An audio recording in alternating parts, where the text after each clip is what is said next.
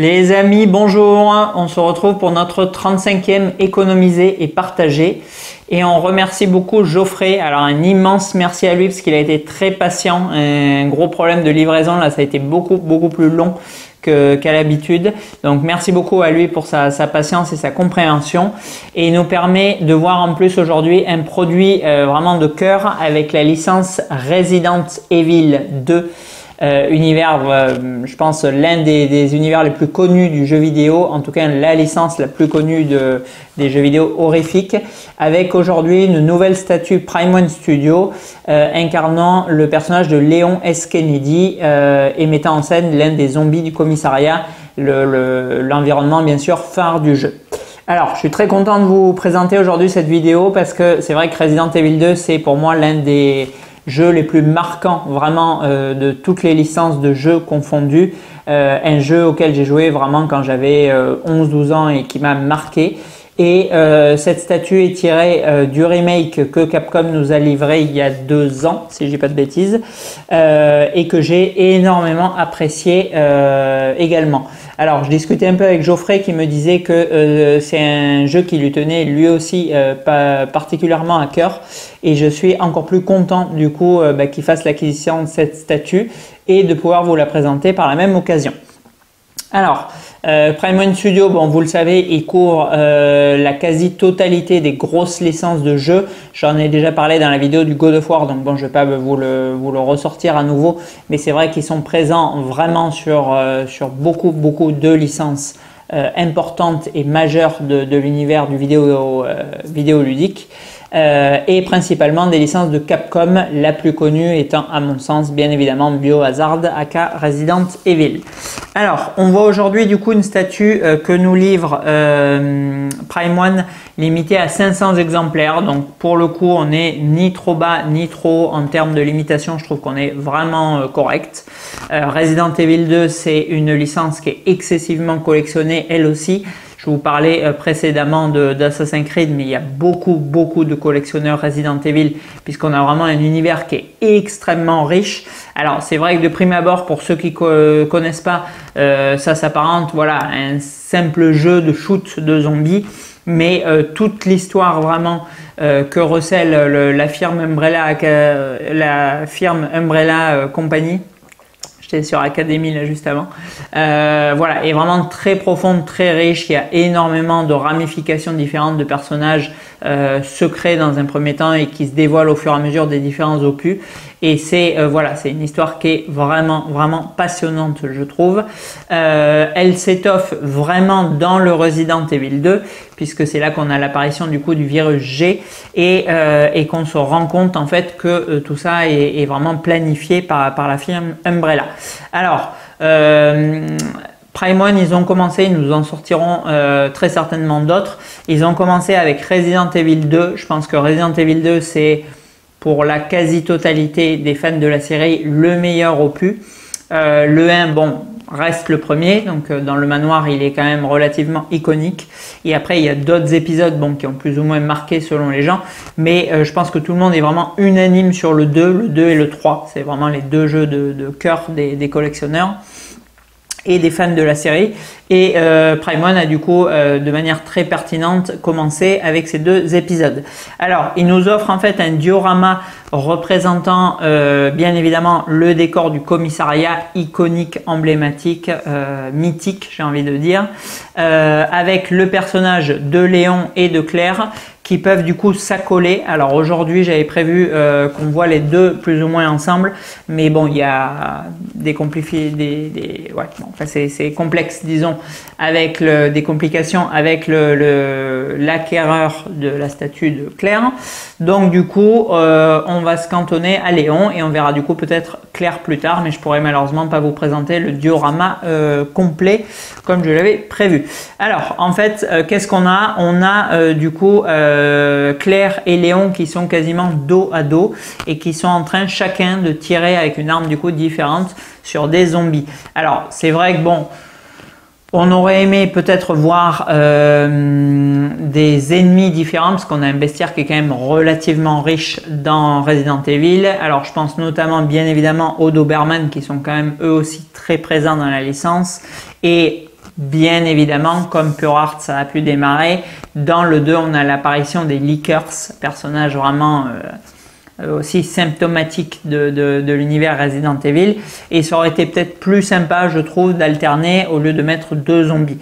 Bon, maintenant c'est, je pense, alors il faudrait les voir côte à côte, mais je pense que c'est un diorama qui match excessivement bien malgré tout.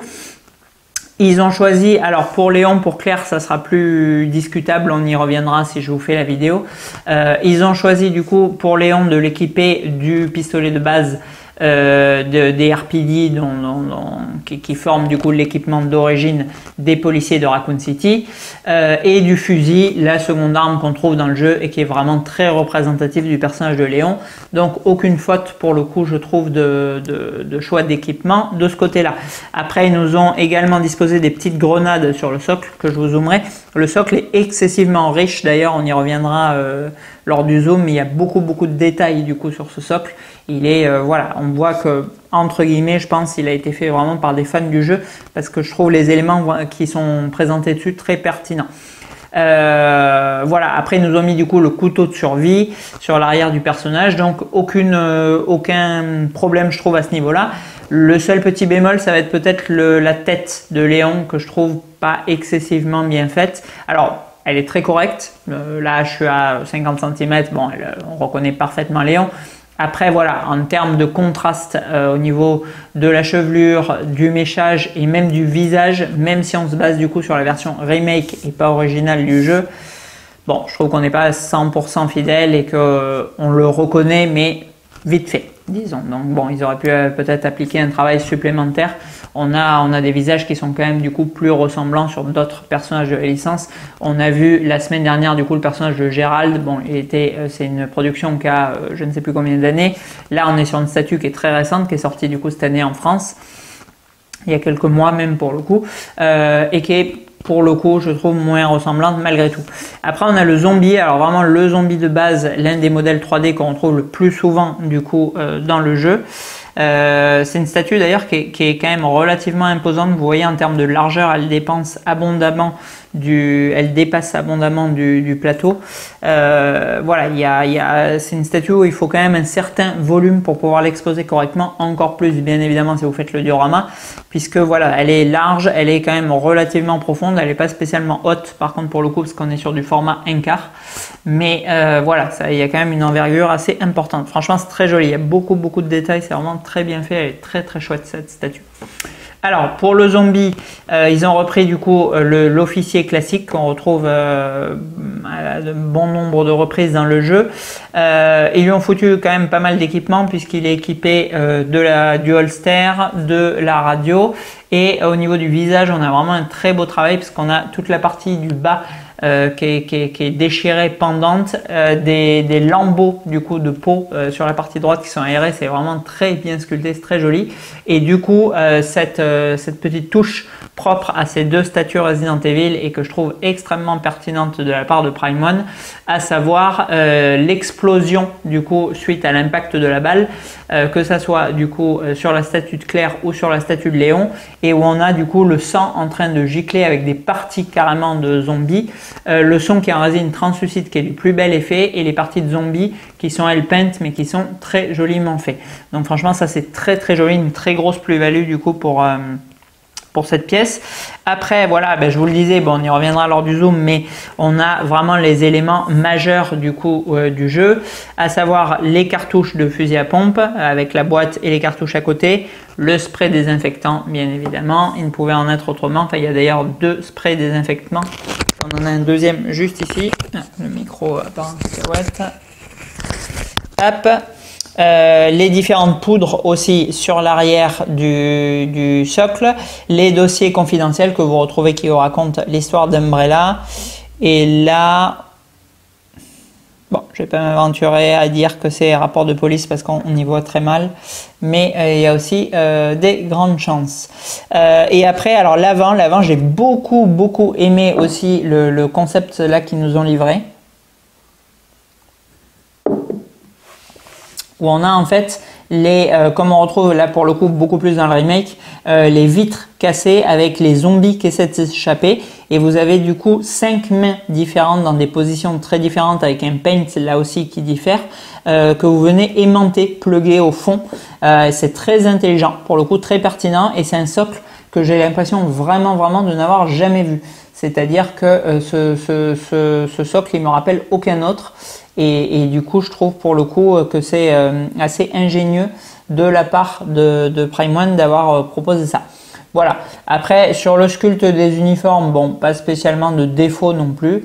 Je trouve que c'est relativement bien fait là aussi. Il y a pas de souci. Le costume, on a des petites déchirures. On a là aussi des impacts de sang. Le bras du zombie, il est relativement différent des autres qu'on retrouve sur le socle et du bras droit. Enfin, il y a quand même beaucoup de travail. Le seul petit bémol, malheureusement, parce que c'est quand même une statue qui est orientée sur Léon, c'est le visage. Le visage, je le trouve pas parfaitement fidèle du coup au jeu. Ils auraient pu plus s'appliquer sur ce point, mais on a quand même une statue qui est très jolie. Ah oui, là on a les balles du coup de flingue aussi. Enfin, on a beaucoup de détails. En fait, comme Resident Evil, c'est vrai que le 1 il était quand même relativement propre. Voilà, les décors étaient quand même pas très Battle Damage. Dans le 2, c'est complètement l'inverse, c'est le chaos. Enfin, dans le 3, c'est encore pire, mais dans le 2, c'est vraiment le chaos total. Voilà, tout est détruit, tout est barricadé. Vous avez sans arrêt des éléments qui traînent un peu partout. Il y a un bazar monstrueux. Et je trouve que cette statue, elle nous ancre parfaitement dans l'univers du jeu. C'est-à-dire qu'on retrouve vraiment cette ambiance, on retrouve des petits éléments, des petits clins d'œil et tout au jeu. Et on est parfaitement immergé dans l'ambiance du jeu. Et c'est vraiment, de ce point de vue-là, un carton plein pour Prime One Studio. Allez, on va zoomer tout ça et on verra du coup en conclusion juste après. À tout de suite. Allez, on est parti du coup avec cette statue Resident Evil 2. Alors on a énormément de détails bien sûr sur cette base. Donc sur la face avant, on retrouve les vitres cassées du coup du commissariat avec ces mains, je vous disais là, qui sont aimantées, qui essaient du coup de sortir, de s'échapper. Elles sont vraiment dans des poses et des paints différents et du coup ça rend très bien. On retrouve, là, j'imagine c'est censé symboliser les trottoirs là juste devant le commissariat, puisqu'en fait on a un mix, on a l'intérieur du commissariat, où est mon doigt, hop, l'intérieur du commissariat sur cette partie et l'extérieur sur celle-là. Donc bon, mais on a un mix qui est très harmonieux de la part de Prime One, où on retrouve là aussi les pierres extérieures du bâtiment du commissariat. Mais c'est très ingénieux, j'aime beaucoup franchement ce socle. J'ai l'impression de l'avoir jamais vu sur aucune autre statue. Il est vraiment très atypique et il met vraiment bien en scène du coup le jeu. Alors là, on va avoir du coup la boîte de cartouches de fusil à pompe et le spray désinfectant bien sûr. Là, on avait la petite note là sur les annotations là sur les survivants. Ensuite, on a le zombie juste ici avec vraiment des petites déchirures sur le costume. Et les taches de sang, c'est très propre également. Sur la partie du fond, on va avoir du coup les poudres, juste là, pour fabriquer les munitions. Là, on a du coup une autre cartouche, une autre caisse de munitions et les grenades. Et ensuite, sur la partie du fond, on va avoir le personnage de Léon. Pour l'arrière du socle, on fait du coup pivoter. On a des petites cartouches qui sont disséminées par-ci, par-là. Pareil, on va retrouver là du coup l'intérieur du commissariat, l'espèce de serviette, et sur le haut de la rampe, on va avoir la boîte de balles pour le pistolet. Donc ça c'est également très chouette. Après, sur la partie du personnage de Léon, donc on a le holster, on a le fusil à pompe dans le dos, la torche qu'on retrouve aussi dans le jeu. Et du coup, le couteau, juste là, le couteau de survie avec la radio avec laquelle il communique avec Claire. Donc tous les éléments principaux du personnage sont présents. Le costume, il est très chouette. Après, voilà, la tête, bon, je trouve que pas foufou en termes de travail sur la chevelure. Alors la coupe est bonne, pas de souci. Mais par contre, voilà, le visage, je vais vous le zoomer. Je trouve pas exceptionnel pour le coup. Petit défaut sur cette partie. Par contre, le zombie, Ben, le coup vraiment de l'œil qui éclate, c'est ultra bien fait, je trouve. Et le zombie est lui aussi quand même relativement détaillé.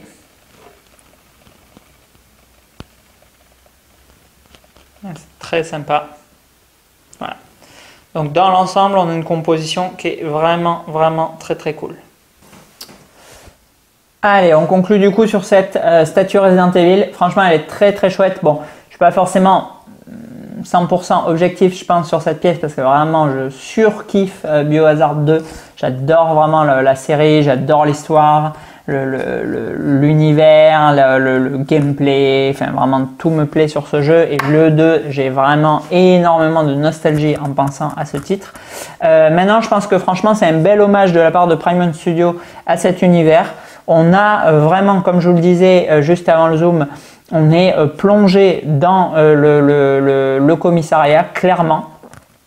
Après, voilà. Alors, en termes de limitation, on a 500 exemplaires. Il n'y en a pas trop peu, il n'y en a pas trop, je trouve. On est cohérent. En termes de poids, on a une statue qui est quand même relativement correcte, puisqu'on est sur 25 kg, je crois, de statue, en résine relativement pleine, donc ça, c'est bien fait.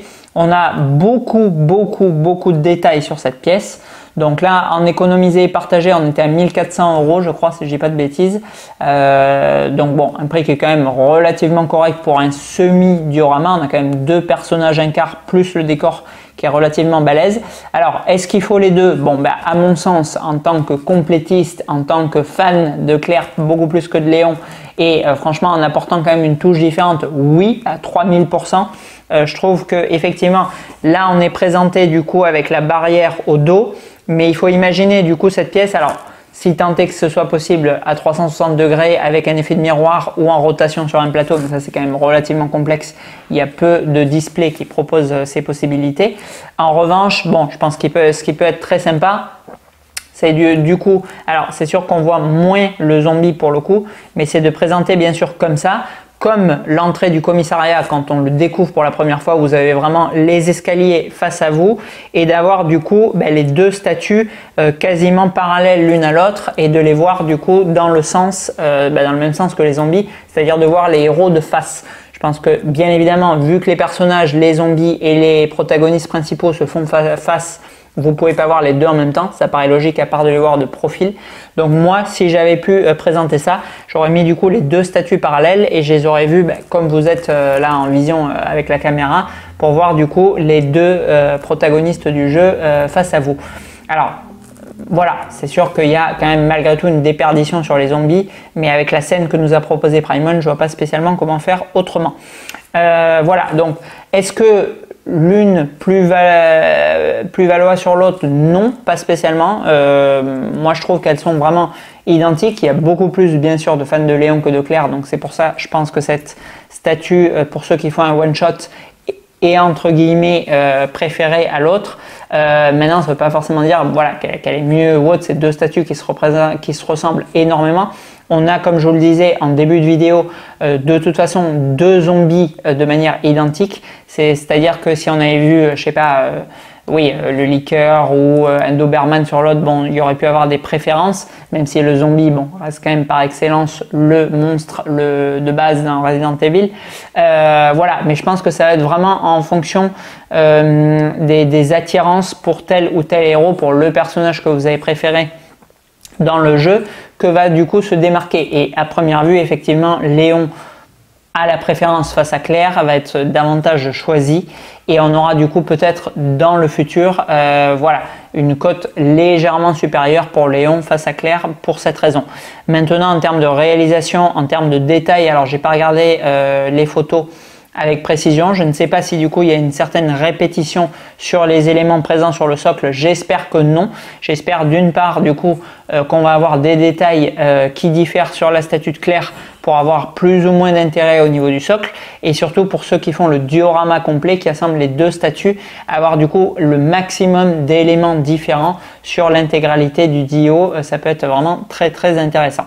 Alors j'ai pas regardé non plus avec précision le visage de Claire, mais de ce que j'ai vu, il m'a l'air plus ou moins au niveau de Léon, c'est-à-dire ressemblant vite fait, avec peut-être un manque de travail. Maintenant, bon, la tête se détache.